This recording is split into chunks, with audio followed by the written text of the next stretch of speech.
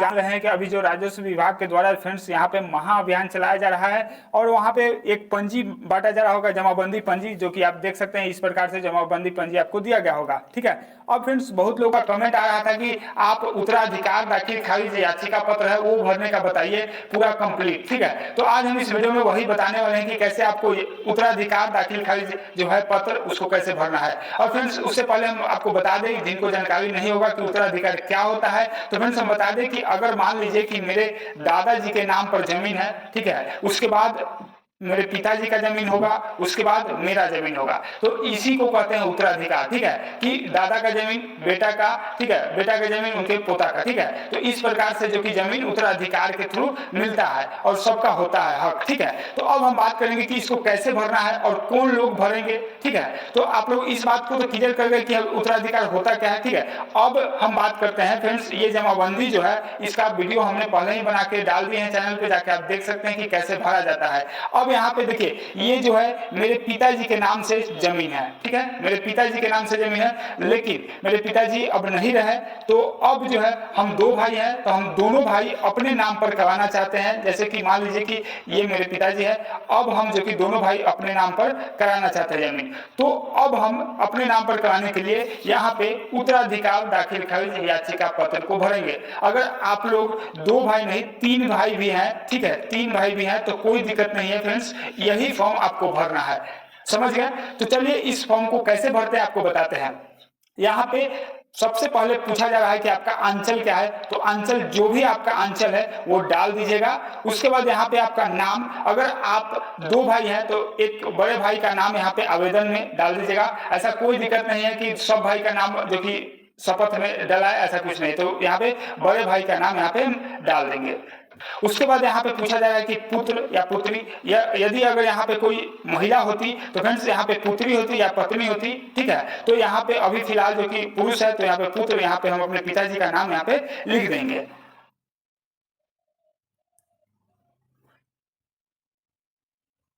अब बात करते हैं कि यहाँ पे पूछा जाए कि निवास, तो आपका जो भी निवास है वो यहाँ पे डाल दीजिएगा। उसके बाद यहाँ पे पोस्ट ऑफिस पूछा जा रहा है। उसके बाद यहाँ पे थाना। देखिए वीडियो थोड़ा सा लंबा होगा, थोड़ा सा, क्योंकि आपको समझाना उचित है। अगर मान लीजिए कि हम ऊपर ऊपर से बता देंगे तो फिर आप लोग कहिएगा कि हमको तो कुछ समझ में आया नहीं, आप तो पूरा का पूरा वीडियो बना दिए लेकिन कुछ समझ में आया नहीं। लेकिन हम आपको प्रॉपर एक एक चीज बताएंगे कि कैसे आपको भरना है और वहां पे क्या भराएगा। ठीक है, अब यहाँ पे अंचल, तो अंचल भी आप डाल दीजिएगा। उसके बाद यहाँ पे जिला पूछा जा रहा है तो जिला भी डाल दीजिएगा। आप जिस भी जिला से है आपका ये अपना अपने तरीके से भरिएगा। ठीक है, मेरा जो है उस तरीके से हम भर रहे हैं। यहाँ पे पिन कोड पूछा जा रहा है तो पिन कोड भी डाल दीजिएगा। ठीक है, उसके बाद यहाँ पे अब यहाँ पे मोबाइल नंबर पूछा जा रहा है तो यहाँ पे मोबाइल नंबर, यहाँ पे 10 अंकों वाला मोबाइल नंबर यहाँ पे डाल दीजिएगा। उसके बाद यहाँ पे देखिए, अब ध्यान देने वाली बात है कि यहाँ पे अर्जित करने वाला माध्यम, ठीक है, उत्तराधिकार। उत्तराधिकार मान लीजिए कि मेरे पिताजी के नाम से जमीन है तो उत्तराधिकार हम हुए, हम दोनों भाई हुए। अगर तीन भाई रहते तो तीनों भाई होते। ठीक है, तो यहाँ पे एक नंबर लिख के हम अपने बड़े भाई का नाम लिखेंगे। थोड़ा सा राइटिंग मेरा मतलब डल है, थोड़ा मतलब इस बात को लिए ऐसे कुछ नहीं। ठीक है, तो यहाँ पे अब हम अपना नाम लिखेंगे।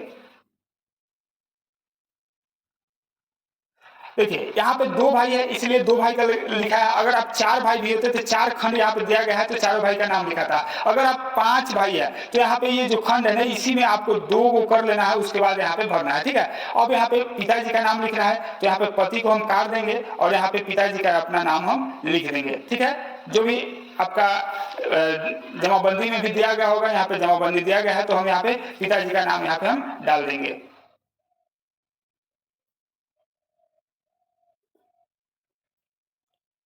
सेम है मेरा और उनका पिता, तो यहाँ पे या कर देंगे। ठीक है, उसके बाद यहाँ पे संबंध में लिख देंगे। देखिए यहाँ पे पति को हटा देंगे, पिता होगा तो पिता यहाँ पे हम डाल देंगे। उसके बाद यहाँ पे जाति, जिस भी जाति से आप आते हैं वो जाति यहाँ पे डाल दीजिएगा। उसके बाद यहाँ पे महिला या पुरुष, अगर यहाँ पे महिला रहती तो यहाँ पे महिला लिखा था, यहाँ पे पुरुष था पुरुष लिख देंगे। उसके बाद अब यहाँ पे आपका जो भी मोबाइल नंबर है वो यहाँ पे डाल दीजिएगा। उसके बाद यहाँ पे आधार नंबर डाल देना है। उसके बाद यहाँ पे जो भी आपका मोबाइल नंबर है वो यहाँ पे डाल दीजिएगा। उसके बाद यहाँ पे जो भी मोबाइल नंबर है वो यहाँ पे डाल दीजिएगा। उसके बाद यहाँ पे जो भी आपका मोबाइल नंबर है वो यहाँ पे डाल दीजिएगा। उसके बाद यहाँ पे जो भी आपका मोबाइल नंबर है वो यहाँ पे डाल दीजिएगा। उसके बाद यहाँ पे आधार नंबर डाल देना है। उसके बाद सेम नीचे वाले में भी अगर 2 भाई हैं तो दोनों भाई का जो कि सब कुछ डालना है, यहाँ पे देख सकते हैं। उसके बाद यहाँ का इनका भी कास्ट यहाँ सेम होगा। उसके बाद मोबाइल नंबर अगर सेम है तो यहाँ डाल दीजिएगा, अन्यथा आप यहाँ पे दूसरा मोबाइल नंबर है तो यहाँ पे दूसरा मोबाइल नंबर भी दे सकते हैं। उसके बाद आधार नंबर उनका डाल दीजिएगा। पता में यहाँ पे छोटा सा है लेकिन इसी में हटा दीजिएगा।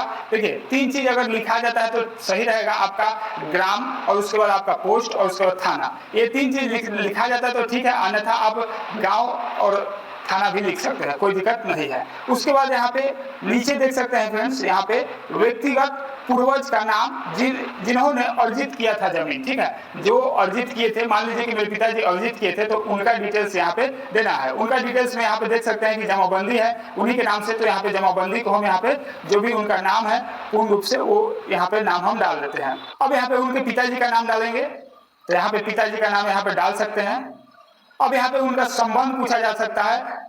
अब यहाँ पे उनका संबंध पूछा जा रहा है तो यहाँ पे संबंध उनका डाल दीजिएगा। पिता का नाम जो कि है पिता, ये दोनों गौन में कौन सा रिलेशन है तो ये पिता है तो यहाँ पे पिता डालेंगे। उसके बाद यहाँ पे जाति डालिएगा। उसके बाद यहाँ पे लिंक डाल दीजिएगा। उसके बाद यहाँ पे आपका उनका मोबाइल नंबर अगर होगा तो डाल दीजिएगा, अन्यथा घर में किन्हीं का मोबाइल नंबर है तो वो डाल सकते हैं, ठीक है। पता में डाल दीजिएगा, जो भी पता होगा उनका फुल पता डाल दीजिएगा, जो कि 3 बताए हैं कि 3 अगर अड़ जाता है तो अच्छा है, अगर नहीं अड़ता है तो 2 भी डाल सकते हैं, कोई दिक्कत नहीं है। उसके बाद आप यहाँ से देख सकते हैं कि यहाँ पे दूसरा पन्ना में बताया जा रहा है कि यहाँ पे अर्जित किए गए भूमि की विवरण। अब बात करते हैं फ्रेंड्स कि जो भी उन्होंने अर्जित किया है उनके नाम पर जो जमीन है वो भूमि का विवरण देना है। तो देख सकते हैं कि ये जो है जमाबंदी, इस पर उनका सारा डिटेल जो कि भूमि का सारा डिटेल होगा।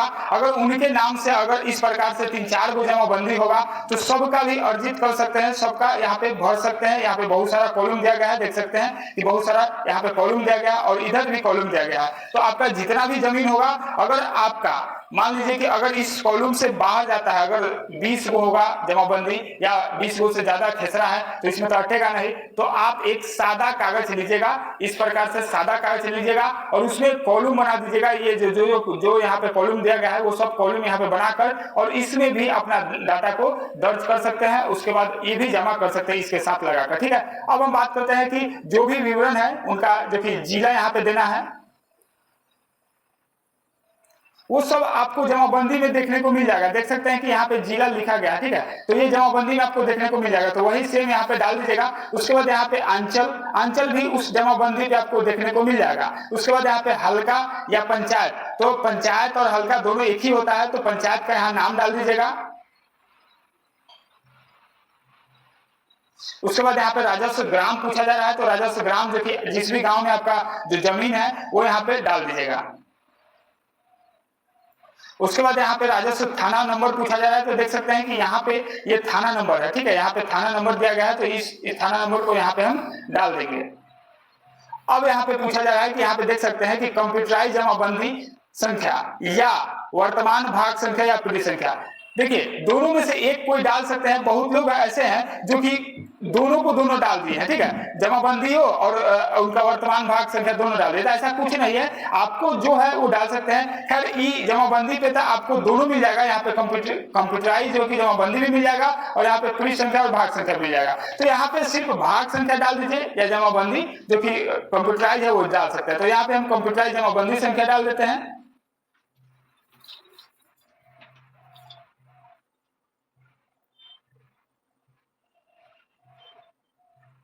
ठीक है, ये डाला गया। अब बात करते हैं फ्रेंड्स, यहाँ पे छोटा छोटा लिखिएगा तो आपका अट जाएगा। मेरा थोड़ा सा लेटर मतलब ठीक नहीं है, इस वजह से बड़ा हो गया। उसके बाद यहाँ पे खाता संख्या, देखिए खाता संख्या आपको यहाँ पे मिल जाएगा।